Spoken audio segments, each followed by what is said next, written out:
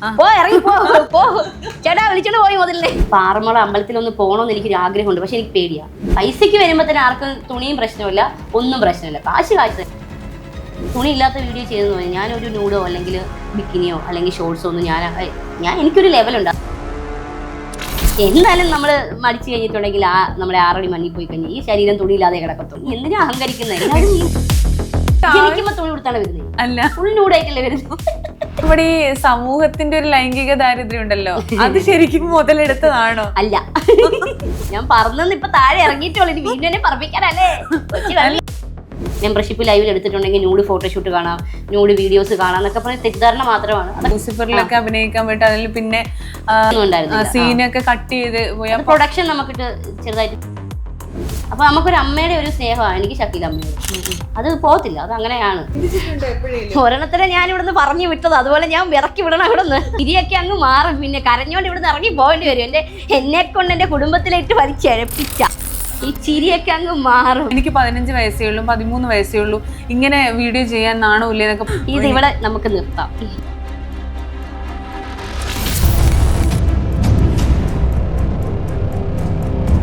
നിമിഷ ചേച്ചിയുടെ വിശേഷങ്ങൾ നമ്മൾ തുടരുകയാണ്. അപ്പോൾ ചേച്ചി, നമുക്ക് ആദ്യം തന്നെ മണിച്ചേട്ടൻ്റെ പാട്ടിലൂടെ ആയാലോ? ഓക്കെ. വരിക്കച്ചക്കട വേണം. വരിക്കച്ചക്കട ചൊള്ളക്കണ്ണക്കിന് തുടുതുടുത്തൊരു കല്യാണി, തുടുതുടുത്തൊരു കല്യാണി, കൊടകരയിൽ കാവടിയാടുമ്പോ കണ്ടടി ഞാനൊരു മിന്നായം, കണ്ടടി ഞാനൊരു മിന്നായം, ചാട്ടുളി മുന തുളതുളയ്ക്കണ മൂർച്ചയുള്ളൊരു നോട്ടമാ, മൂർച്ചയുള്ളൊരു നോട്ടമാ, കാലിടറിണ് വയറരിയണ്, ഇടി കുടുങ്ങണ് നെഞ്ചിലടി, ഇടി കുടുങ്ങണ് നെഞ്ചിലടി, ചാലക്കുടി ചന്തയ്ക്ക് പോകുമ്പോൾ ചന്ദന ചോപ്പുള്ള മീൻകാരി പെണ്ണിനെ കണ്ടേ ഞാൻ, ചെമ്പല്ലികാരി മീൻ ചെമ്മീന്, പെണ്ണിന്റെ കൊട്ടല് നെയ്യുള്ള പിടയ്ക്കണ മീനാണേ. വിളിച്ചിട്ട് എന്റെ സൗണ്ട് ഇതില്ലേ, അതൊരു രസം പിടിച്ചു വരുമ്പോ അങ്ങ് നിർത്തുവിട്ടാ. എല്ലാരും പറയുന്നത് ബിജോ ചേട്ടൻ പണിയെടുക്കാതെ ചേച്ചി പണിയെടുക്കുന്നു. അത് തീർത്തോ? ഒരിക്കലും അല്ല. രണ്ടുപേരും ബിജോ ചേട്ടൻ പണിയെടുക്കുന്നില്ലെന്നോ. 4 ഫോണിലാണ് ഞാൻ ലൈവ് ഇടുന്നത്. ഇതൊക്കെ പോസ്റ്റ് ചെയ്യാന്ന് പറഞ്ഞാല് ഇതിനെപ്പറ്റി ഫുൾ ഡീറ്റെയിൽ ഇപ്പോഴും യൂട്യൂബിൽ നിന്നും ഫേസ്ബുക്കിൽ നിന്നും എന്ത് ഇൻകം നിങ്ങൾക്ക് കിട്ടുന്നതെന്ന് ചോദിക്കുന്നവരുണ്ട്. ഇൻകം കിട്ടുന്നവരുണ്ടോ എന്ന് ചോദിക്കുന്നവരുണ്ട്. ഇൻകം കിട്ടും. ഞങ്ങളുടെ ജീവിതം ജീവിച്ചു പോകുന്നതും ഈ ഫേസ്ബുക്കും യൂട്യൂബും തന്നെ കൊണ്ടാണ്. അത് ഇൻകം കിട്ടുന്നുണ്ട്. അത് പഠിച്ച് അത് ചെയ്യുക, അതൊരു വയലേഷൻസ് വരാതെ അത് പോസ്റ്റ് ചെയ്യുക എന്ന് പറഞ്ഞാൽ രാവിലെ എഴുന്നേറ്റ് 2 മണിക്കൂറത്തെ പണിയാണ്. ഇതെല്ലാം പോസ്റ്റ് ചെയ്യലും ഇതിലെല്ലാം ചെയ്യലും ഒക്കെ. ബിജോ ചേട്ടൻ തന്നെ ഇതൊക്കെ എല്ലാം ചെയ്യുന്നത്. എനിക്കിതൊന്നും അറിയേണ്ട കാര്യമില്ല. ഞാൻ എന്റെ അടുക്കളപ്പണി ഇതെടുത്ത് നിന്ന് കൊടുക്കുക, ബാക്കി എന്റെ അടുക്കളപ്പണി കാര്യങ്ങളൊക്കെ ആയിട്ട് ഞാൻ അങ്ങ് പോകും. വീഡിയോ ഒക്കെ ഷൂട്ട് ചെയ്യുന്നത് ബിജോ ചേട്ടൻ തന്നെ? തീർച്ചയായിട്ടും. അല്ല, ഞാൻ പുറത്ത് അങ്ങനെ ക്യാമറമാൻ്റെ കൂടെ അങ്ങനെ പോകാറില്ല. ഒരു പരിധിവരെ ഞാൻ പോയിട്ടില്ല. 1-2 പേരുടെ കൂടെ മാത്രം. അത് ഒന്നാമത്തെ കാര്യം, അന്ന് ആ കല്യാണത്തിൽ അന്ന് പോയില്ല. അതിനുശേഷം ഞാൻ മടുത്ത്. അതിനുശേഷം ഇപ്പോഴും ഇത്രയും എത്തിയിട്ടുണ്ടെങ്കിലും ഉള്ളിലൊരു ഭയം ഉണ്ടോ ഇപ്പോഴും? ഉണ്ട്. എനിക്ക് ആറന്മുള അതിനുശേഷം ഇത് ഞാൻ ഇപ്പൊ ചെയ്തൊരു ഇതാണെന്ന് എനിക്കൊരു തോന്നൽ വന്നു. കാരണം ഞാൻ അത്രയും ഒരു മഹത്വമായ സംഭവമാണ്. അപ്പൊ ആറന്മുള അമ്പലത്തിലൊന്ന് പോകണമെന്ന് എനിക്കൊരു ആഗ്രഹമുണ്ട്. പക്ഷെ എനിക്ക് പേടിയാ. എന്നുവെച്ചാല് ഞാൻ അവിടെ ചെന്ന് കഴിഞ്ഞാൽ ഇവരെന്നെ എന്തെങ്കിലും ചെയ്യോ അല്ലെങ്കിൽ എന്തെങ്കിലും ചോദിക്കുവോ എന്നൊക്കെ ഉള്ള ഒരു പേടി എനിക്കുണ്ട്. ഞങ്ങൾ പല പ്രാവശ്യം എന്റെ മുന്നിൽ കൂടെ പോയപ്പോഴും നമുക്കൊന്ന് ആറന്മുളയിൽ ഒന്ന് കയറാമെന്നുണ്ട്. ഇതുവരെ ഞാൻ പോയിട്ടുമില്ല. പിന്നെ എന്നെ വള്ളസദ്യക്ക് കാരക്കവനെ വിളിച്ചിട്ടുണ്ടായിരുന്നു. പക്ഷെ ഒരു പേടിയുണ്ട്. എനിക്ക് പേടിയുണ്ട്. എനിക്ക് ഈശ്വരന്റെ മുന്നിൽ മാപ്പ് പറഞ്ഞിട്ടുണ്ടല്ലോ. തീർച്ചയായിട്ടും. അപ്പൊ ഇനി ധൈര്യമായിട്ട് പോവാ. അത്രേ ഉള്ളൂ. ആരെയും പേടിക്കണ്ട. എന്നെ സംബന്ധിച്ച് ഞാൻ വരുന്നിടത്ത് വെച്ച് കാണാടേ എന്ന് പറഞ്ഞ് നടക്കുന്ന ആള് തന്നെയാണ്. അതായത് ഈ നമ്മുടെ ജീവിതമാണ് നമ്മളെ മാറ്റിയെടുത്തത്. കാരണം ഈ ജീവിതത്തിൽ നമ്മൾ ഇത്രയും റിസ്ക് എടുത്ത് നമ്മൾ ഓരോന്ന് ചെയ്തു വെച്ചു, ഇത്രയും കഷ്ടപ്പാട് വിട്ടു. ഇപ്പൊ ഈ പറയുന്ന പോലെ പല പെൺപിള്ളേരും പറയുന്ന പോലെ എല്ലാവരും നല്ല വധുവായിട്ട് ഒരുങ്ങി ഒരു കല്യാണം ഒക്കെ എന്നൊക്കെ പറയുമ്പോൾ നമ്മുടെ സ്വപ്നങ്ങൾ അങ്ങനെയൊക്കെയാണ്. അതിലും ആഗ്രഹിക്കുന്ന സമയത്ത് തന്നെ എന്റെ കല്യാണം കഴിഞ്ഞു. അത് കുഞ്ഞൊരു സാരി, അത് ഇത്രയും ഉണ്ടായിരുന്നുള്ളൂ, വണ്ണമൊന്നും ഇല്ലായിരുന്നു. കോല് പോലെ ഇരുന്ന ഞാൻ എന്റെ കല്യാണം കഴിഞ്ഞു. സാധാരണ ഒരു സിമ്പിൾ സാരി, ഒരു 2 കയ്യിൽ 2 കുപ്പികള. ഇതൊക്കെയാണ് എന്റെ ഒരു മേക്ക് ഓവർ ഒക്കെ ചെയ്യണമെന്ന് എനിക്ക് ആഗ്രഹമുണ്ട്. അത് ദൈവം സഹായിച്ചാൽ അതൊക്കെ നടക്കും. ഇപ്പൊ ഷൂട്ടിന് നമുക്ക് എത്ര വേണേലും, മോഡലിംഗില് ഫിലിമിലൊക്കെ നമുക്ക് എത്ര വേണേലും മേക്ക് ഓവർ ചെയ്യാലോ. അതുകൊണ്ട് അതൊരു ഭാഗ്യമായിട്ട് കാണുന്നു. പിന്നെ ഇപ്പൊ ഈ യൂട്യൂബ് ചാനൽ പറഞ്ഞു 4 യൂട്യൂബ് ചാനൽ ഉണ്ടെന്ന്. അപ്പൊ 4 യൂട്യൂബ് ചാനലും എങ്ങനെയാണ് ഈ മെയിൻറ്റെയിൻ ചെയ്ത് കൊണ്ടുവന്നത്? 4നും കൂടി ലക്ഷങ്ങൾ കിട്ടുമെന്ന് ആൾക്കാർ ചോദിക്കും. ലക്ഷങ്ങളൊന്നുമില്ല. ഒരെണ്ണത്തിനകത്ത് ഇപ്പൊ 2 വരുമാനം ആയിട്ടില്ല നമുക്ക്. 3 ചാനല് ഞാൻ ഞങ്ങളുടെ ഫാമിലിക്ക് വേണ്ടി, എനിക്ക് വേണ്ടി, എന്റെ ഫാമിലിക്ക് വേണ്ടിയാ. ഇപ്പൊ നിമിഷ ചാലക്കുടി എന്നും പറഞ്ഞൊരു, നിമിഷ ബിജോ, നിമിഷ നിമ്മൂസ്, നിമിഷ പാറു, നിമിഷ ചാലക്കുടി. ഈ നിമിഷ ചാലക്കുടി എന്ന് പറഞ്ഞ് തുടങ്ങിയ ചാനല് ഞാൻ എല്ലാവർക്കും വേണ്ടി തുടങ്ങിയ ചാനലാണ്. അതായത് അത്യാവശ്യം ചാരിറ്റി കാര്യങ്ങളൊക്കെ ആയിട്ട്. ഞാനിത് പറഞ്ഞു കഴിഞ്ഞാൽ എന്താ പ്രശ്നം അറിയാം, അപ്പോഴേ എന്റെ കയ്യിൽ വന്നിട്ട് എന്നോട് സഹായം ചോദിച്ചു തുടങ്ങും. കാരണം എനിക്ക് അതിനകത്ത് ഇത് വരണം. വരണം, പേയ്മെന്റ് വരണം, മോനി ആവണം, വരണം. പേയ്മെന്റ് വന്ന് അതിൽ നിന്ന് കിട്ടുന്ന ഫസ്റ്റ് തുക കൊണ്ട് എൻ്റെ അച്ഛനെ കൊണ്ട് എൻ്റെ മോളെ കൊണ്ട് ഒരു കുഞ്ഞ് ചാരിറ്റി ചെയ്യിപ്പിക്കണം എന്ന് എൻ്റെ ഭയങ്കര ആഗ്രഹമാണ്. കുറേ നാളുകളായിട്ടുള്ള ആഗ്രഹമാണ്. ചാരിറ്റി ഒക്കെ നമ്മൾ ചെയ്തിട്ടുണ്ട് മണിച്ചേട്ടന്റെ ഗ്രൂപ്പ് വഴിയൊക്കെ. പിന്നെ ഇപ്പൊ ആ ഗ്രൂപ്പൊക്കെ അങ്ങോട്ടും ഇങ്ങോട്ടും ഒക്കെ പോയി. പക്ഷെ ഞാൻ ഇങ്ങനെ എന്തെങ്കിലും പറഞ്ഞാൽ ഇവര് ഞാൻ ചെയ്യുന്ന വീഡിയോയ്ക്ക് തന്നെ എന്നോട് വന്ന് പൈസ കടം ചോദിക്കുന്ന ആൾക്കാർ ഒരുപാട് പേരുണ്ട്. 100 രൂപ ഗൂഗിൾ പേ ചെയ്യും, 500 രൂപ തരാവോ, 50 രൂപ തരാവോ എന്നൊക്കെ ചോദിക്കുന്ന ആൾക്കാരുണ്ട്. അപ്പൊ ഞാൻ പറഞ്ഞു, നിങ്ങൾക്ക് നാണമില്ല എന്നോട് ചോദിക്കാൻ? ഞാൻ ഇങ്ങനെ കിടന്ന് പൈസയ്ക്ക് വരുമ്പോൾ തന്നെ ആർക്കും തുണിയും പ്രശ്നമില്ല, ഒന്നും പ്രശ്നമില്ല. കാശ് തന്നെയാണ്. അത് നമ്മൾ വീഡിയോ തുണിയില്ലാതെ അല്ല, ഒരു കുറച്ച് തുണിയില്ലാതെ വീഡിയോ ചെയ്യുമ്പോൾ അവർക്ക് ബുദ്ധിമുട്ടാണ്. പക്ഷെ പൈസ ഒരു ബുദ്ധിമുട്ടില്ല. തുണി ഇല്ലാത്ത വീഡിയോ ചെയ്തെന്ന് പറഞ്ഞാൽ ഞാൻ ഒരു നൂഡോ അല്ലെങ്കിൽ ബിക്കിനിയോ അല്ലെങ്കിൽ ഷോർട്സോ ഒന്നും ഞാൻ എനിക്കൊരു ലെവലുണ്ട്, അതിന് ഞാൻ അങ്ങോട്ടും ഇല്ല ഇങ്ങോട്ടും ഇല്ല, അങ്ങനെ ഞാൻ നിൽക്കത്തുള്ളൂ. പിന്നെ വേണ്ടി വന്നാൽ നമുക്ക് മണിയറ ആക്കാം, വേണ്ടി വന്നാ ശരിക്കും പറഞ്ഞ എന്തായാലും നമ്മള് മടിച്ചു കഴിഞ്ഞിട്ടുണ്ടെങ്കിൽ നമ്മുടെ 6 അടി മണ്ണിൽ പോയി കഴിഞ്ഞാൽ ഈ ശരീരം തുണിയില്ലാതെ കിടക്കത്തുള്ളൂ. പിന്നെ തുണിയിട്ടൊന്നും കിടക്കത്തില്ല. തുണി ഇട്ടാലും അതൊക്കെ കഴുകി പോകത്തുള്ളൂ. പിന്നെ എന്തിനാ അഹങ്കരിക്കുന്നത്? എല്ലാവരും ഈ മണ്ണിൽ പോലുള്ള ആൾക്കാരൊക്കെ തന്നെ. അതുകൊണ്ട് പക്ഷെ അതുകൊണ്ട് നമുക്ക് ജനിക്കുമ്പോ തുണി കൊടുത്താണ് വരുന്നത്, അല്ല ഫുൾ നൂഡായിട്ടല്ലേ വരുന്നത്. അപ്പൊ ഒരു പ്രായം കഴിഞ്ഞാൽ നമ്മുടെ ശരീരം ചുക്കിച്ചുളിഞ്ഞും പോകും. അപ്പൊ ഈ സൗന്ദര്യമുള്ള ശരീരം കാണിക്കാനും പറ്റില്ല. അതന്നെ. അപ്പൊ തന്നെ നമ്മൾ ആഗ്രഹിക്കും. ഇപ്പൊ നമ്മളെ പിള്ളേർ ഇപ്പൊ എല്ലാവരും പറയും എന്റെ മക്കൾ എന്ന് പറയും. അപ്പൊ മക്കളൊക്കെ വലുതായി കഴിഞ്ഞ് മക്കളുടെ കാര്യമൊക്കെ നോക്കി കഴിഞ്ഞപ്പോ തരും, നിനക്ക് വേണ്ടിയാണ് മക്കള് ഒന്നല്ല അമ്മായിമ്മ പോരെ മരുമക്കള് പോരെ ഒക്കെ ആയിട്ട് വരുമ്പോ പറയും, നിനക്ക് വേണ്ടിയാണ് ഞാൻ നോക്കിയെന്ന് പറയുമ്പോ അമ്മയ്ക്കുള്ളൊരു പ്രായം ഉണ്ടായിരുന്നല്ലോ, അമ്മയ്ക്ക് അടിച്ചു പൊളിക്കത്തില്ലായിരുന്നു, അമ്മനെ ആരെങ്കിലും പറഞ്ഞോ, ആരെങ്കിലും കെട്ടിയിട്ടോ എന്ന് ചോദിച്ചാ പിന്നെ നമ്മൾ ഇങ്ങനെ വായിക്കാത്ത ഇങ്ങനെ നോക്കിയിരിക്കേണ്ടി വരുള്ളൂ. അപ്പൊ നമുക്ക് അവരെ നോക്കാം, നമ്മുടെ ലൈഫ് നമ്മൾ എൻജോയ് ചെയ്യാം, അത്ര തന്നെ ഉള്ളൂ. ഇപ്പൊ എല്ലാരും പറയുന്ന വെച്ചാൽ ഈ മക്കൾ ഒരു പെൺകുട്ടിയും ഒരു പെണ്ണില്ലേ ആ കുട്ടിയുടെ ഭാവി നോക്കണ്ട ഇങ്ങനെ പകുതി തുണിയൊക്കെ ആയിട്ട് ഡ്രസ്സ് ധരിക്കുമ്പോ ഇങ്ങനെ വീഡിയോ ചെയ്യാൻ നാണമില്ലേ എന്നൊക്കെ ചോദിക്കുന്നവരുണ്ട്. മോളുടെ ഭാവിയെ കുറിച്ച് ഒരുപാട് പേര് അങ്ങനെയാണ്. ഈ ദുബായിലുള്ള അമ്മമാരൊക്കെ എന്ത് ചെയ്യുമോ എന്തോ, അവർക്കും പെൺകുട്ടികളൊക്കെ ഉള്ളവരെ. എനിക്ക് മാത്രമല്ല പെൺകുട്ടി ഉള്ളത്, എല്ലാവർക്കും പെൺകുട്ടികളൊക്കെ ഉണ്ടാവും. പിന്നെ ഇപ്പോഴത്തെ കാലഘട്ടമല്ലേ, അത് നെഗറ്റീവ് ആണെന്ന് കാണുന്നവർക്ക് മാത്രമേ ഉള്ളൂ, അല്ലാത്തവർക്ക് അത് പ്രശ്നമുള്ള കാര്യമൊന്നുമില്ല. ഇപ്പൊ ടീച്ചർമാരൊക്കെ ആണെങ്കിലും എന്നെ ഭയങ്കര സപ്പോർട്ടാ. കാരണം ഞാൻ എന്താണെന്ന് അവർക്കറിയാം, ഞാൻ ചെയ്യുന്നത് ജോലിയാണെന്നും എന്റെ ഒരു ക്യാരക്ടർ എന്താണെന്നും അവർക്കറിയാം. അവർക്കത് മതിയല്ലോ. ഇപ്പൊ ഞാൻ പറയട്ടെ, ഇപ്പൊ സ്കൂളിലാണെങ്കിലും അല്ലെങ്കിൽ ഇപ്പൊ എവിടെയാണെങ്കിലും ഒരു മാസം ഫീസ് ഇല്ല എന്ന് പറഞ്ഞ് ഇവര് സമ്മതിക്കുമോ? ഇല്ല. അപ്പൊ അതിനുള്ള ഉണ്ടാകാനുള്ള വരുമാന മാർഗ്ഗതല്ലേ. അതെ, അത്ര ചിന്തിച്ചാ മതി. അപ്പോ ഈ യൂട്യൂബ് ചാനൽ തുടങ്ങിയപ്പോ എല്ലാവരും യൂട്യൂബ് ചാനൽ തുടങ്ങുമ്പോൾ ഈ എങ്ങനെയാണ് പെട്ടെന്ന് നമ്മൾ ഇങ്ങനെയുള്ള കണ്ടന്റ് ഇടുമ്പോൾ റീച്ച് കിട്ടും എന്ന് വെച്ചാൽ കുറച്ച് ഡ്രസ്സിൽ കുറച്ച് ക്ലീവേജ് കാണിക്കുക, അല്ലെങ്കിൽ നമ്മൾ സ്ലീവ്ലെസ് ഇടുക, കുറച്ച് വയറ് കാണിക്കുക, ഇതെങ്ങനെയൊക്കെ ആകുമ്പോൾ കുറച്ച് ടൈറ്റുള്ള ഡ്രസ്സ് ഇടുമ്പോൾ അപ്പൊ അങ്ങനെ ആൾക്കാർ പെട്ടെന്ന് ശ്രദ്ധിക്കും. ശരിക്കും നമ്മുടെ ഈ സമൂഹത്തിന്റെ ഒരു ലൈംഗിക ദാരിദ്ര്യം ഉണ്ടല്ലോ, അത് ശരിക്കും മുതലെടുത്തതാണോ? അല്ല അല്ല അല്ല എന്റെ സുന്ദരിമണികൾ എന്റെ മുത്തുമണികളൊക്കെ പാവകളാ. എല്ലാവരും ഭയങ്കര അപ്പൊ ഈ ഒരു കണ്ടന്റിലേക്ക് ചില ആൾക്കാർ പറയും മോഡേൺ ഡ്രസ്സിൽ കാണാൻ ഇഷ്ടമാണെന്ന്, ചില ആൾക്കാർ പറയും നാടൻ വേഷത്തിൽ കാണാൻ ഇഷ്ടമാണ്. ഞാൻ ഇതെല്ലാം പ്രയോഗിക്കുന്ന ഒരാളാണ്. അല്ലെങ്കിൽ നാടനും മോഡേനും മാത്രമായിട്ടല്ല, എല്ലാം ഇടും എന്നെ കൊണ്ട് പറ്റുന്ന പോലെ. ബിക്കിനി ഒഴിച്ച് ബാക്കിയെല്ലാം ഞാൻ ഇടും.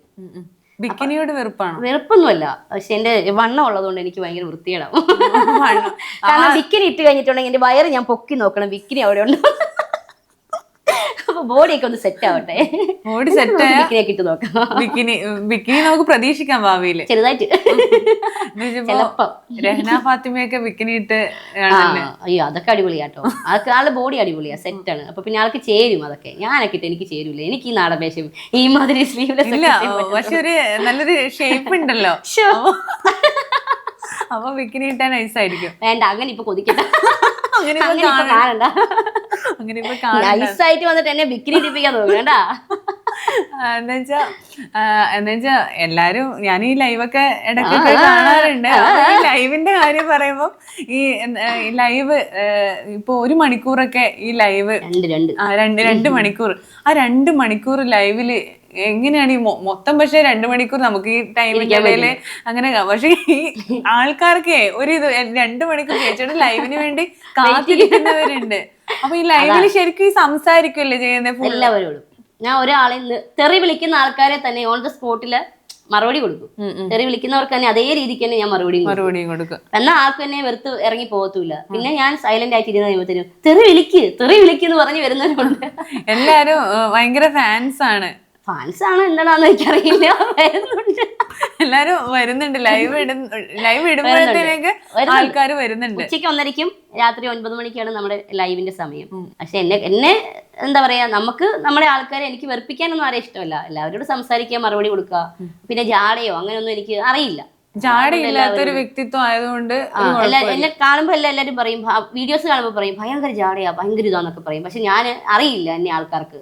അതിപ്പോ എന്റെ മോന്തയൊക്കെ ജനിച്ചപ്പോഴേ കാർന്നമ്പലായിട്ട് കോലം വെറുതെയൊക്കെ ഉള്ളതുകൊണ്ട് അല്ല, അല്ലെങ്കിൽ എന്നുവെച്ചാ അങ്ങനെ സംസാരിക്കും പെട്ടെന്ന് കാണുമ്പോ. പക്ഷെ ലൈവില് നമുക്ക് കാണുമ്പോ ഒരിക്കലും ജാടയുണ്ടെന്ന് പറയാൻ പറ്റില്ല. കാരണം എല്ലാവരുമായിട്ട് നന്നായിട്ട് സംസാരിക്കും, ആരെയും വിടില്ല. മുത്തുമണികളെല്ലാം വിളി തന്നെ മതി, ആൾക്കാരങ്ങ് ഇരുന്ന് പോവില്ല. അത് എന്താ പറയാ, എല്ലാവർക്കും ഓരോ സ്റ്റൈൽ ഉണ്ടല്ലോ വീഡിയോ ചെയ്യുമ്പോ. അപ്പൊ കൊറേ സ്റ്റൈല് പരീക്ഷിച്ചിട്ടാണോ ആ ഒരു സ്റ്റൈൽ? ഞാൻ തുടക്കത്തിലേ അങ്ങനെയാണ്. എനിക്ക് പെട്ടെന്ന് ഞാൻ സംസാരിക്കുന്ന അങ്ങനെ. ഇപ്പൊ വീട്ടിൽ ചെന്നാൽ അച്ഛനെ ആണെങ്കിൽ പോലും മുത്തുമണിയേന്ന് വിളിക്കുള്ളൂ. അപ്പൊ അങ്ങനെ നമ്മളിപ്പോ എല്ലാ ദിവസവും ഒരുപോലെ ഇരിക്കണം എന്നുണ്ടെങ്കിൽ നമ്മുടെ ക്യാരക്ടർ അങ്ങനെ ആയതുകൊണ്ടാണ് നമുക്ക് അഭിനയിക്കാൻ പറ്റും. പക്ഷെ എപ്പോഴും അഭിനയിക്കാൻ പറ്റുമോ? ഞാൻ എപ്പോഴും അതേപോലെ തന്നെയാണ് സംസാരിക്കുന്നത്. ചക്കരെ, മുത്തുമണി എല്ലാവരോടും. എനിക്ക് ഒരു പെണ്ണുങ്ങളെ ഡീന്ന് വിളിക്കുന്ന ഇഷ്ടമല്ല, അല്ലെ ഡാന്ന് വിളിക്കുള്ളൂ. ഡാ മുത്തേ മുത്തേ. ഡീന്ന് വിളിക്കുമ്പോ ഒരു ദേശീയ അഹങ്കാരം തോന്നും. എനിക്ക് ഇപ്പൊ എന്റെക്കാട്ടും പ്രായത്തിന് മൂത്ത ആൾക്കാർ വരെ വന്നിട്ടാണ് എന്നെ ചേച്ചിന്ന് വിളിക്കുന്നത്. അപ്പൊ ഞാൻ അവരെ തിരുത്താനൊന്നും പോകത്തില്ല, ഞാൻ അവരെ തിരിച്ച് ഡാന്നേ വിളിക്കുള്ളൂ. അപ്പൊ വോയിസ് ഇല്ലേ, വോയിസ് ഇട്ടപ്പോ ഓക്കേടാ. അതാണ് എന്റെ ഒരു ക്യാരക്ടർ. ഇത് പറഞ്ഞപ്പോ ആൾക്കാര് വിചാരിക്കും എത്ര വയസ്സുണ്ട്? ഞാൻ 96. അപ്പൊ കുഴപ്പമില്ല, ഒരുപാടല്ല ഇത്. അപ്പൊ അല്ല, അന്നേരം ഞാൻ ഇടാന്നേ വിളിക്കൂ എല്ലാവരെയും. അതെ. അപ്പൊ അതുകൊണ്ട് ഞാനും ഇതിലൂടെ പ്രായം പറഞ്ഞു പോയി. പ്രത്യേക ഒരു സാഹചര്യത്തിൽ കേട്ടോ, പ്രായം ഒരു സാഹചര്യത്തിൽ അങ്ങ് പറഞ്ഞു പോയി. കാരണം ഇല്ലേ, അതെ, ഞാനുമായിട്ട് റിലേറ്റ് ചെയ്തപ്പോ ഞാൻ അല്ല, ഇനി അത് കഴിഞ്ഞ് ഇനി പ്രായത്തിന് മൂത്താണെന്നെങ്ങാനും പറഞ്ഞാലോ. അല്ല, പൊതുവെ എല്ലാ സ്ത്രീകൾക്കും തള്ളമാര്, ആന്റിമാര് എന്നൊക്കെ വിളിക്കുമ്പോ ദേഷ്യവാ. ഞാൻ ചിരിച്ചോണ്ടേയിരിക്കും. എല്ലാവർക്കും ഈ ചേച്ചി തള്ളമാര്, ആന്റിമാരെന്ന് വിളിക്കുമ്പോ ആർക്കാലും ദേഷ്യം വരില്ലേ? പക്ഷെ ഞാൻ ചിരിച്ചോണ്ടിരിക്കും. അവര് തള്ളേന്ന് ആന്റിന്ന് വിളിച്ചു, എന്റെ പ്രായം എനിക്കറിയാം. അതെ, നമുക്ക് ഇപ്പൊ ആരെയും ബോധിപ്പിക്കുന്നത്. ശരിക്കും പറഞ്ഞാ മമ്മൂക്കയെ പോലെ പ്രായം ഉണ്ടെങ്കിലും സൗന്ദര്യം കൂടി വരുന്ന ആളാണല്ലേ? അല്ലേ, ഞാൻ പറഞ്ഞൊന്നും ഇപ്പൊ താഴെ ഇറങ്ങിയിട്ടുള്ളൂ, ഇനി വീണ്ടും എന്നെ പറപ്പിക്കാനല്ലേ. അല്ല, എല്ലാരും ഒരാള് കമന്റില് പറയുന്നൊക്കെ ഉണ്ട്. എന്ന് വെച്ചാ മുഖത്തെ ഭയങ്കര ഇപ്പൊ നമ്മള് ആദ്യത്തെ പോലെ ഇപ്പൊ തടിയല്ല, ഇപ്പം മെലിഞ്ഞിട്ടുണ്ട്, നല്ല സ്ലിം ആയിട്ടുണ്ട്. അപ്പൊ ജിൻഡോ ചേട്ടന്റെ അടുത്തുനിന്നാണ് നമ്മുടെ ബിഗ് ബോസ് വിന്നർ. അതെ, ജിൻഡോ ചേട്ടനല്ല, അവിടെ മേഘ എന്ന് പറഞ്ഞൊരു കുട്ടിയാണ്. പുള്ളിക്കാരിയാണ് ട്രെയിൻ ചെയ്യിപ്പിച്ചത്. നല്ലപോലെ വർക്കൗട്ട് ചെയ്യിപ്പിച്ചിട്ടാ. അത്യാവശ്യം പെട്ടെന്ന് തന്നെ ഡയറ്റ് ഒക്കെ എടുത്ത് കുറഞ്ഞു. ജിൻഡോ ചേട്ടന്റെ അടുത്ത് എല്ലാരും അങ്ങോട്ട് പോയിട്ട് ജിൻഡോ ചേട്ടൻ തന്നെ പിന്നെ എന്താ പറയാ ഇത് ചെയ്യണമെന്ന് ആഗ്രഹിക്കുന്നവരുണ്ട്. ജിൻഡോ ചേട്ടൻ തന്നെ ബിഗ് ബോസിൽ പോകുന്നതിന് മുന്നേ ഞാൻ ജിൻഡോ ചേട്ടൻ ജിമ്മിൽ തന്നെ പോയിക്കൊണ്ടിരുന്നു. അപ്പൊ ഞങ്ങൾ ഒരുമിച്ച് ചെയ്യുമായിരുന്നു. ഇപ്പൊ പിന്നെ ജിൻഡോ ചേട്ടൻ ഇല്ല അവിടെ. അപ്പൊ ഈ പുള്ളിക്കാരിയും അവര് ഹസ്ബൻഡ് വൈഫ്. അപ്പൊ ഇപ്പോഴും ഇല്ലേ നമ്മള് വർക്കൗട്ട് കണ്ടിന്യൂ ചെയ്യുന്നില്ലേ? ഇപ്പൊ കുറച്ച് ദിവസമായിട്ട് ഇച്ചിരി തീറ്റയൊക്കെ കൂടി. അത് സാരമില്ല, അതിന് നമ്മള് ഭക്ഷണം കഴിച്ചൊക്കെ റെഡി ആയി കഴിഞ്ഞാൽ സെറ്റ് ആവും. അപ്പൊ നമ്മൾ ഈ ലൈവ് ചെയ്യുമ്പം ഈ യൂട്യൂബിൽ ഒരുപാട് വയലേഷൻസും കാര്യങ്ങളൊക്കെ വരുന്നത് കൊണ്ടാണോ ശരിക്കും ഈ എക്സ്ക്ലൂസീവ് വീഡിയോസിനായിട്ട് മെമ്പർഷിപ്പ് എന്നുള്ള ഒരു സംഭവം? അപ്പൊ ഈ എല്ലാരും വിചാരം എക്സ്ക്ലൂസീവ് വീഡിയോ ചെയ്യുമ്പോ എന്ന് പറഞ്ഞാൽ അതില് സോഫ്റ്റ് പോൺ വീഡിയോ ആണെന്ന്. ശരിക്കും ഞാനിതുവരെ കാണാത്തോണ്ട് എനിക്കറിയില്ല. അതുകൊണ്ട് അതെന്താണ് മെമ്പർഷിപ്പ് എന്ന് പറഞ്ഞാൽ യൂട്യൂബ് ഏറ്റവും കൂടുതൽ റെക്കമെൻഡേഷൻ കൊടുക്കും മെമ്പർഷിപ്പ് എടുക്കുന്ന ചാനലുകാർക്ക്. പിന്നെയെന്ന് വെച്ചാൽ നമ്മുടെ ആറ്റിറ്റ്യൂഡ് പോലെയാണ്. അതിനകത്ത് നമുക്ക് എങ്ങനെ വേണേലും ഇരിക്കാം, അത് ഓരോ ആൾക്കാർക്കുള്ള ഇഷ്ടമാണ്. അപ്പം എൻ്റെ മെമ്പർഷിപ്പിൽ ഞാൻ ഇരിക്കുന്ന എങ്ങനെയാണോ, എന്നെ കാണാൻ ആഗ്രഹിക്കുന്ന ആൾക്കാർ എങ്ങനെയാണോ, അങ്ങനെ നമ്മൾ അവിടെ ഇരിക്കുന്നു, അവരോട് നമ്മൾ സംസാരിക്കുന്നു. അതിനകത്ത് ആൾക്കാർ പലതും പറയും. ഇപ്പം നോർമലി നമ്മൾ ഇരിക്കുമ്പോൾ പറയത്തില്ലേ, നമ്മുടെ കമൻറ്റിൽ പലരും പറയത്തില്ലേ, നമ്മളെ റൂട്ട് കറക്റ്റ് ആയിട്ട് നമ്മൾ ചെയ്യുക, അതുപോലെ തന്നെ ഉള്ളൂ, അത്രേ ഉള്ളൂ. അല്ലാതെ അതിനകത്ത് ന്യൂഡോ അല്ലെങ്കിൽ അങ്ങനെയുള്ളൊരു കാര്യങ്ങളൊന്നും എനിക്ക് തോന്നില്ല. അതൊക്കെ ആൾക്കാരുടെ തെറ്റിദ്ധാരണയാണ്. മെമ്പർഷിപ്പ് ലൈവിൽ എടുത്തിട്ടുണ്ടെങ്കിൽ ന്യൂഡ് ഫോട്ടോഷൂട്ട് കാണാം, ന്യൂഡ് വീഡിയോസ് കാണാം എന്നൊക്കെ പറഞ്ഞ തെറ്റിദ്ധാരണ മാത്രമാണ്. അതൊക്കെ നമ്മുടെ ഇഷ്ടം പോലെയാണ്. നമുക്ക് അതിനകത്ത് ഇടണോ ഇട്ടു എന്നിനും അതിനകത്ത് വേറെ വയലേഷൻസ് വരത്തില്ല. മെമ്പർഷിപ്പിൽ അത് നമ്മുടെ ഇഷ്ടമാണ്. നമുക്ക് എങ്ങനെ ചെയ്യാൻ താല്പര്യമുണ്ടോ അതുപോലെ നമുക്ക് ചെയ്യാം. അത്യാവശ്യം എന്നെ കൊണ്ട് പറ്റുന്ന പോലെയൊക്കെ എനിക്ക് അവിടെ സ്ലീവ്ലെസ് ഡ്രസ് ഇടാലോ. അതിനകത്ത് ഈ നോർമലി വന്ന ആൾക്കാർ തെറി വിളിക്കുന്നവർ തെറി എന്ന് വിളിക്കും. ഞാനത് സ്ലീവ്ലെസ് ഒക്കെ ഇട്ട് അത്യാവശ്യം നല്ല ഷോർട്സ് ഒക്കെ ഇട്ട് ഞാൻ ഇരിക്കാറുണ്ട്. എക്സ്പോസ് ചെയ്തിട്ടാണ് ഇരിക്കുന്നത്. ഒരുപാടൊന്നും അല്ല, എന്നെ കൊണ്ട് പറ്റുന്ന പോലെയൊക്കെ ഞാൻ ചെയ്ത് ഇരിക്കാറുണ്ട്. അപ്പോൾ അതിൽ ഈ എക്സ്ക്ലൂസീവ് വീഡിയോ തന്നെ ഈ പേയ്മെന്റ് ബേസ് വെച്ചിട്ടുണ്ട്. അപ്പോൾ ഈ പേയ്മെന്റ് ബേസ് വെക്കുന്നതെന്ന് വെച്ചാൽ നമ്മൾ ഓരോ പേയ്മെന്റ് അടക്കുമ്പം എല്ലാവരും ഒരു ധാരണ എന്ന് പറയുന്നത് പേയ്മെന്റിനനുസരിച്ച് നമ്മൾ തുണിയുടെ എണ്ണം കുറയും എന്നായിരിക്കും. പേയ്മെന്റ് ഇതല്ലേ ഞങ്ങളുടെ വിഷയം. ഓക്കെ, അതിൽ കൂടെ ചോദ്യം വേണ്ട. അതല്ല, അപ്പൊ ഇല്ല, അറിയാത്ത ആൾക്കാർക്ക് ഇത് എന്റെ മെമ്പർഷിപ്പ് ലൈവ് കണ്ടവരുണ്ടെങ്കിൽ വന്ന് കമന്റ് പറയാം എങ്ങനെയുണ്ടെന്ന്. അവരോട് നമുക്ക് ചോദിച്ചു നോക്കാം. മെമ്പർഷിപ്പ് അപ്പോ അതില് സ്റ്റാർട്ട് ചെയ്യുന്ന പേയ്മെന്റ് അങ്ങനെ അതൊക്കെ നമ്മുടെ ഇഷ്ടമാണ്. അത് നമ്മള് ഡീൽ അങ്ങോട്ടാണ്, യൂട്യൂബ് ആയിട്ടുള്ള ഡീലാണ്. അവർ തരുന്ന പോലെ തന്നെ നമ്മൾ ചെയ്യുന്നു. എന്നാൽ ഇപ്പോഴത്തെ യൂട്യൂബില് മെമ്പർഷിപ്പിലാണെങ്കിൽ പോലും ഓവർ എക്സ്പോസ് അവർ അനുവദിക്കത്തില്ല. എന്ന് വെച്ചാൽ നമ്മുടെ വീഡിയോ തന്നെ കട്ടായി പോകും, നമുക്ക് അതിൽ നിന്ന് പേയ്മെന്റ് വരത്തില്ല, വയലേഷനും കിട്ടും. പിന്നെ നമ്മൾ യൂട്യൂബ് ഫേസ്ബുക്കിലൊക്കെ കാണുന്നില്ല, ഒരുപാട് പേരുണ്ട്, എനിക്ക് അവരുടെ ഒന്നും പേരറിയില്ല, ലെസ്ബിയൻ ഫോട്ടോഷൂട്ട് നടത്തിയ ഭയങ്കര നിങ്ങൾ വൈറലായിട്ടുള്ള ആ ചേച്ചി അവരൊക്കെ എന്ന് പറഞ്ഞാൽ ആ ചേച്ചിയായാലും വേറെ ഒരു ഇത്തയൊക്കെ ഉണ്ട്, ഒരു താത്ത, അങ്ങനെ ഒരുപാട് പേര് ഇങ്ങനെ, അവരൊക്കെ ഒരുപാട് എക്സ്പോസിങ് ആണ്. നിളയും പിന്നെ അത് ശരിയാ, അവരൊക്കെ ഭയങ്കരമായിട്ട് ചെയ്യുന്നുണ്ട്. അവർക്കൊന്നും കിട്ടാത്ത തെറി എനിക്ക് കിട്ടുന്നുണ്ട്. അപ്പൊ അതൊക്കെ നോക്കാറുണ്ട് അവര് കൊണ്ടാ, വേറെ ഒന്നുമില്ല. ഞാൻ ബിക്കിനി ഇട്ടാ തീരാനുള്ള പ്രശ്നമുള്ളൂ എന്റെ പ്രഷർക്ക്. അവർക്ക് അത് ഭയങ്കര ആഗ്രഹം എന്നെ കാണണമെന്ന്. ബിക്കിനിയില് എനിക്കും അതെ, എനിക്കും ആഗ്രഹമുണ്ട്. പക്ഷെ ഇവരിങ്ങനെ തെറിയൊക്കെ വിളിച്ച് ഞാൻ എങ്ങനെ ഇടും? അപ്പൊ സപ്പോർട്ട് ചെയ്താലേ നമുക്കൊരു മൂടൊക്കെ വരത്തുള്ളൂ. ഇവിടെ അതിലെല്ലാരും ലൈവിൽ ഇപ്പൊ ഇത് കാണുന്നവര് പറയും ഫുൾ സപ്പോർട്ടാന്ന് പറയും, വീഡിയോ അങ്ങ് കത്തിക്കേറും സപ്പോർട്ടായിട്ട്. പബ്ലിക്കായിട്ട് കമന്റ് വരെ പറയും, ഈ തളച്ചിനി ആർക്ക് വേണം, അവളെ മോണ്ട് കണ്ടില്ലേ, സൗണ്ട് തോമാ എന്നൊക്കെ പറയും. എന്റെ ഫേസ് കണ്ടിട്ട് പല എന്നെ കളിയാക്കാറുണ്ട്. എന്റെ ഫേസ് ഒക്കെ ഇങ്ങനെ മുച്ചിറിയാക്കിയൊക്കെ ആക്കിയിട്ട് എന്റെ കമന്റിന്റെ അടിയിലൊക്കെ കൊണ്ടിടാറുണ്ട്. അത് കണ്ടപ്പോൾ എനിക്ക് വിഷമമായി. എന്ന് വെച്ചാൽ എന്നെ മാനസികമായിട്ട് എനിക്ക് ഭയങ്കര വിഷമമായി. എന്ന് വെച്ചാൽ എനിക്ക് ഇവിടെ ഒരു സർജറി പറഞ്ഞതാ, എന്റെ താടിയിൽ ഇവിടെ കൊണ്ട് ഇങ്ങനെ നീളം വെച്ചിട്ട് വളരെയായിരുന്നു. അപ്പൊ 5 ലക്ഷം രൂപയോളം വരണം. ആ 5 ലക്ഷം രൂപ മുടക്കി സർജറി ചെയ്ത് നമ്മൾ 3 മാസമായിട്ട് നമുക്ക് ട്യൂബിൽ കൂടെ മാത്രമേ ഫുഡ് കഴിക്കാൻ പറ്റത്തുള്ളൂ. അപ്പൊ അതുകൊണ്ട് എന്റെ താടി ഇങ്ങനെ ഇരിക്കും. അപ്പൊ ഞാൻ ചവയ്ക്കുമ്പോഴൊക്കെ എനിക്ക് അങ്ങനെ ചവയ്ക്കാൻ പറ്റത്തുള്ളൂ. ഇതിന് കളിയാക്കലായിരിക്കും, എന്നാലും പോട്ട് പറയേണ്ട കാര്യങ്ങൾ പറയണമല്ലോ. അപ്പൊ അത് നമ്മുടെ കയ്യിൽ അന്ന് സാമ്പത്തികമായിട്ട് നമ്മുടെ കയ്യിൽ ഇല്ലായിരുന്നു പൈസ ഒന്നും മുടക്കാനായിട്ട്. ഈ 5 ലക്ഷം രൂപ കൊടുത്തിട്ട് എന്റെ മുഖം നന്നാക്കണം എന്നുള്ള രീതിക്ക് തന്നെ നമ്മൾ നിന്നു. അങ്ങനെ നിന്ന് കഴിയുമ്പോഴത്തേനും നമ്മളിവിടെ എടപ്പള്ളി ഹോസ്പിറ്റലിൽ വന്നിട്ട് പല കമ്പി ഇട്ടപ്പോഴാണ് കുറേയൊക്കെ മാറി കിട്ടിയതാ. അല്ല, കമ്പി ഇട്ടപ്പോ കുറെ ഒതുങ്ങിപ്പോയി. എന്നുവെച്ചാൽ അത് ശരിക്കും ഒരു ബോഡി ഷേമിങ്. നമ്മളിപ്പോ നമ്മൾ ചെയ്യുന്ന പ്രൊഫഷൻ എന്തോ ആയിക്കോട്ടെ, ഒരാളുടെ മൂക്കിൻ തുമ്പിൽ വരെയല്ലേ ഒരാൾക്ക്. ആ സിനിമയില് ദിലീപേട്ടന്റെ ഫേസ് ഇല്ലേ, അതും എന്റെ ഒരു ഫേസ് മോന്തയും കൂടെ എഡിറ്റ് ചെയ്തിട്ട് ഏതോ ഒരു കള്ളപ്പന്നി എഡിറ്റ് ചെയ്തിട്ട് ഇങ്ങനെ ഭയങ്കര ഷെയർ പോയായിരുന്നു ആ സാധനമൊക്കെ. ഞാൻ തന്നെ പോസ്റ്റ് ചെയ്തിട്ടുണ്ട്, എന്റെ ഈ ഫേസ് അടിപൊളിയാണ്, ദിലീപേട്ടന്റെ കൂടെ അല്ലേ, വേറെ ആരുടെയും കൂടെ അല്ലേ, അങ്ങനെ എഡിറ്റ് ചെയ്തിട്ടു. അപ്പൊ എനിക്ക് എന്റെ സൗണ്ട് ഇതാണ്, എന്റെ സൗണ്ട് കൊള്ളൂല, എനിക്കിപ്പോ എന്റെ ജനിച്ചപ്പോഴേ കിട്ടുന്ന സൗണ്ട് അല്ലേ എനിക്ക് കൊണ്ടുപോകാൻ പറ്റത്തുള്ളൂ. അല്ലാതെ എനിക്ക് വേറെ ഒരാളുടെ സൗണ്ട് തായോ എന്ന് പറഞ്ഞ് മേടിക്കാൻ പറ്റത്തില്ല. എന്റെ സൗണ്ടിലും എന്റെ ഒരു ഫേസിലും ഞാൻ ഹാപ്പിയാണ്, എന്റെ വീട്ടുകാർ ഹാപ്പിയാണ്. ഇങ്ങനെ നമ്മൾ എന്തോ ചെയ്തോട്ടെ, പക്ഷെ ബോഡി ഷേമിംഗ് എന്ന് പറയുന്നത് ഇപ്പൊ സിനിമകളിൽ പോലും ഇപ്പൊ കുറഞ്ഞു വരുന്നുണ്ട് അന്നത്തെ. അപ്പൊ ഒരാളെ ബോഡി ഷേമിംഗ് ഇപ്പൊ എന്ത് പറഞ്ഞാലും അത് ആ ഒരു രീതിയിൽ എടുക്കുന്നുള്ളൂ അല്ലേ, അത്രേ ഉള്ളൂ. എന്നുവെച്ചാൽ ഇനി കേൾക്കാനൊന്നും ലൈഫിൽ ഇല്ല എന്ന് കേട്ടു. ഇനി പുതിയത് മാച്ച് വേറെ ഇനി തെറിയൊക്കെ പുതിയ കണ്ടുപിടിക്കണം. അപ്പൊ ഞാൻ കമന്റ് ഒന്നും ഓഫ് ചെയ്യത്തില്ലല്ലോ, എല്ലാത്തിന്റെ കമന്റ് ഞാൻ ഇട്ടേക്കുക. ഞാൻ അവർക്ക് തിരിഞ്ഞു നോക്കത്തില്ല. അവരെവിടെ കിടന്ന് പറയട്ടെ, അവര് പരസ്പരം പറഞ്ഞ് അടി വെക്കുകയൊക്കെയാ. അതൊക്കെ അവരുടെ ദേഷ്യം, എന്നോടുള്ള ആ ദേഷ്യം അല്ലെങ്കിൽ എന്നെ പറയാനുള്ള ദേഷ്യം അവര് തീർക്കട്ടെ, അത്രേ ഉള്ളൂ. അല്ലാതെ ഇപ്പൊ ഞാൻ എന്തോ പുറകെ പോയി കിടന്ന് പറയാനാ. ഈ കമന്റ് തൊഴിലാളികൾ ഒരുപാടുണ്ട്, ഒരു പണിയും ഇല്ലാത്ത ആൾക്കാര്. അപ്പൊ എന്തെങ്കിലും കാര്യത്തിന് ആർക്കെങ്കിലും എതിരെ അങ്ങോട്ട് റിപ്പോർട്ട് അടിക്കോ അല്ലെങ്കിൽ അങ്ങനെയൊക്കെ ചെയ്തിട്ടില്ല. കാരണം എനിക്ക് ഈ റിസ്ക് എനിക്കറിയാം. നമ്മൾ ഇതിൽ നിന്നൊരു എത്ര മണിക്കൂർ നമ്മൾ ഇരുന്ന് കഷ്ടപ്പാട് ചെയ്യുന്നതും നമ്മളെ ഒരു രൂപയ്ക്ക് നമ്മൾ ഉണ്ടാക്കാൻ എടുക്കുന്ന ഒരു കഷ്ടപ്പാട്, ഡോളർ കണക്കിലൊക്കെ വരുന്ന പൈസ. അപ്പൊ അത് ഓരോന്നേ വരത്തില്ല, ഓരോ ഡോളർ 2 ഡോളർ. അതിന്റെ വില നമുക്കറിയാവുന്ന ഞാൻ ഒരാൾക്ക് റിപ്പോർട്ട് കൊടുക്കാൻ പോയിട്ടില്ല, ഇതുവരെ കൊടുത്തിട്ടില്ലെങ്കിൽ ഞാൻ കൊടുക്കത്തുമില്ല. കാരണം വെച്ചാൽ അത്രയും റിസ്ക് ഉണ്ട് ഈ ജോലിക്ക്. എല്ലാ ജോലിക്കും അതിൻ്റെതായ റിസ്ക് ഉണ്ട്. അതുപോലെ യൂട്യൂബ് തുടങ്ങുമ്പോൾ തന്നെ ലക്ഷങ്ങൾ ഉണ്ടാക്കാന്നൊക്കെ ചിന്തയുണ്ടാവും. ഉണ്ടായിരുന്നു ഒരു സമയത്ത് കേട്ടോ.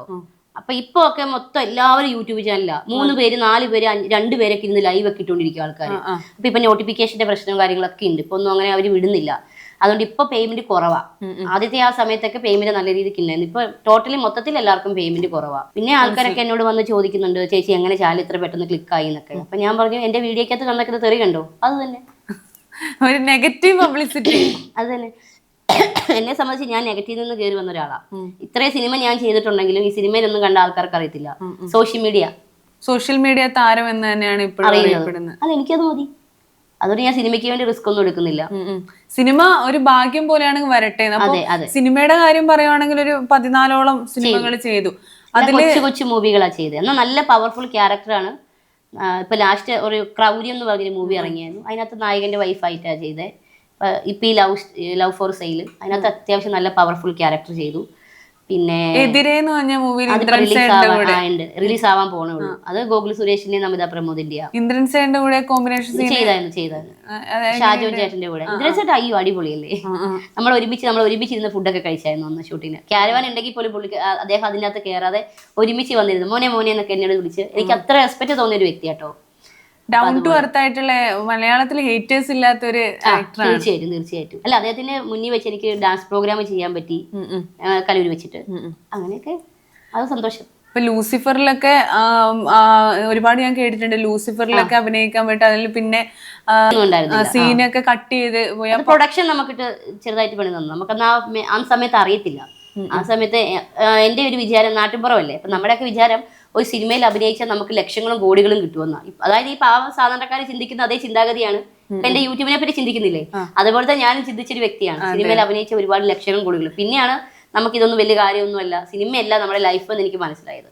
നമ്മൾ സ്വന്തം ഉണ്ടാക്കുന്ന യൂട്യൂബ് ചാനലിലൂടെയാണ് വരുമാനം. അത്രേ ഉള്ളൂ. നമ്മുടെ കയ്യിൽ സിനിമ എന്നൊക്കെ പറഞ്ഞാൽ അതൊക്കെ ഭാഗ്യമാണ്. അതിന്റെ തലവര നേരെയാവണം. പിന്നെ കുറെ കാര്യങ്ങളൊക്കെ ഉണ്ട്, അതൊന്നും നമ്മളെ കൊണ്ട് സാധിക്കത്തൊന്നുമില്ല. അപ്പൊ പിന്നെ അങ്ങനെയുള്ള കാര്യങ്ങളൊക്കെ നമ്മൾ നൈസായിട്ട് അങ്ങനെ ഒഴിവായി. അപ്പൊ ഇനിയിപ്പോ ഒരു തമിഴ് മൂവിയിലൊക്കെ കൂടുതൽ എക്സ്പോസിംഗ് ആയിട്ടുള്ള ഒരുപാട് എക്സ്പോസിംഗ് ആയിട്ടുള്ള ക്യാരക്ടേഴ്സ് ഇല്ല, ഞാൻ ചെയ്തിട്ടില്ല. സിനിമയിൽ ഇതെല്ലാം നോർമൽ വേഷം ചെയ്തേക്കുന്നത്. അല്ല, അങ്ങനെ ചെയ്യാൻ താല്പര്യമുണ്ടോ? താല്പര്യം അങ്ങനെ ഉണ്ടെങ്കിൽ ഞാനിപ്പോ സിനിമ ചെയ്തേനെ. ഒരുപാട് സിനിമ എനിക്ക് വന്നതാ. ഐറ്റം ഡാൻസ് ഒക്കെ വന്നിട്ടുണ്ടായിരുന്നു. അപ്പൊ ഞാൻ അതൊക്കെ ഒഴിവാക്കി വിട്ടതാ. അതേ ഐറ്റം ഡാൻസ് ഞാൻ എന്റെ യൂട്യൂബിൽ ചെയ്തത്. ഡാൻസ് യൂട്യൂബില് ഡാൻസ് കളിക്കുന്നുണ്ട്. ഐറ്റം ഡാൻസ് നല്ല രോമാഞ്ചത്തിലെ പാട്ടൊക്കെ കമ്പിയില്. അപ്പൊ എല്ലാരും പറയും ഉള്ളുപുരിക്കെ കേറാനൊക്കെ, അങ്ങനെയൊക്കെ ഒരുപാട് എനിക്കെന്ത് കളിക്കാൻ കമന്റുകളെ എന്നുവെച്ചാ അത് ആ മുഖത്ത് നല്ല എക്സ്പ്രഷൻ വരുന്നുണ്ട്. നല്ലൊരു എന്താ പറയാ, ഒരു റൊമാൻറ്റിക് ആയിട്ട് ചെയ്യാൻ പറ്റുന്ന ഐറ്റം ഡാൻസിനൊക്കെ സത്യം പറഞ്ഞാൽ പറ്റുന്ന പോലെ ഞാൻ ചെയ്ത് വെക്കുന്നു. ഡാൻസ് നന്നായിട്ട് കളിക്കാറുണ്ടല്ലോ. അത് തന്നെ. അപ്പൊ നമ്മൾ ഡാൻസ് നന്നായിട്ട് കളിക്കുന്നത്, ഈ ഫാസ്റ്റ് ട്രാക്ക് കളിക്കാൻ ഭയങ്കര ഇഷ്ടമാണ്. അപ്പൊ എന്തുകൊണ്ടാണ് പിന്നെ ഐറ്റം ഡാൻസിലേക്ക് പോവാൻ ചെയ്യുന്നുണ്ട്? സിനിമയില് നല്ല പേയ്മെന്റ് ഒക്കെ പറഞ്ഞിരുന്നു. പേയ്മെന്റ് ഒക്കെ പറഞ്ഞിരുന്നു. പക്ഷെ എനിക്കത് താല്പര്യമില്ലാത്തതുകൊണ്ടാന്ന് വെച്ചാൽ എനിക്ക് അങ്ങനെ ഒരു ഇതില്ല. അങ്ങനെ സിനിമയിൽ അഭിനയിക്കാൻ ഇല്ല. എനിക്ക് നോർമൽ വേഷം സിനിമയിൽ ചെയ്താൽ മതി. അല്ലാണ്ട് എനിക്ക് അങ്ങനെ എക്സ്പോസ് ഒന്നും അങ്ങനെ ഇതുവരെ സിനിമ ചെയ്തിട്ടില്ല കേട്ടോ. ഇനിയിപ്പോ വരുന്നുണ്ട് എന്നുവെച്ചാൽ തമിഴ് സിനിമയിൽ ഐറ്റം ഡാൻസ് ഒക്കെ വന്നു. പക്ഷെ എന്നാലും എനിക്ക് അവർ പറയുന്ന കോസ്റ്റ്യൂം ഒക്കെ ചെറിയ കോസ്റ്റ്യൂം കാര്യങ്ങൾ അങ്ങനെയൊക്കെയാണ്. പക്ഷെ അതൊന്നും എനിക്ക് അത്ര താല്പര്യമില്ലാത്തൊരു കേസാണ്. കാരണം അതിലൂടെ കണ്ടു കഴിഞ്ഞാൽ പിന്നെ ഇതിന്റെ ഒരു രസം അങ്ങ് പോകുന്നത്. ആൾക്കാർ ലൈവില് വരുന്നൊക്കെ അങ്ങനെയില്ല. അല്ല, എനിക്കെന്തോ താല്പര്യമില്ല അങ്ങനെ ചെയ്യാനായിട്ട്. അത്രേ ഉള്ളൂ, താല്പര്യമില്ല. അപ്പോ ഈ 10ാം ക്ലാസ് വരെയാണ് പഠിച്ചിട്ടുള്ളത്. അത് എവിടെയും പറയാനൊരു മടിയില്ല. എന്തിനാ ഞാൻ മടിക്കണം? നമുക്ക് നുണ പറയാനാണെങ്കിൽ നമ്മൾ 2 പ്രാവശ്യം പറയുമ്പോൾ നമ്മൾ ആ നുണ മറന്നു പോകും. നമുക്ക് സത്യമാണെങ്കിൽ നമുക്ക് എത്ര രാത്രി നമ്മൾ ഉറക്കത്തിൽ നിന്ന് വിചാരിച്ചാലും നമുക്ക് എഴുന്നേറ്റ് പറയാൻ പറ്റും.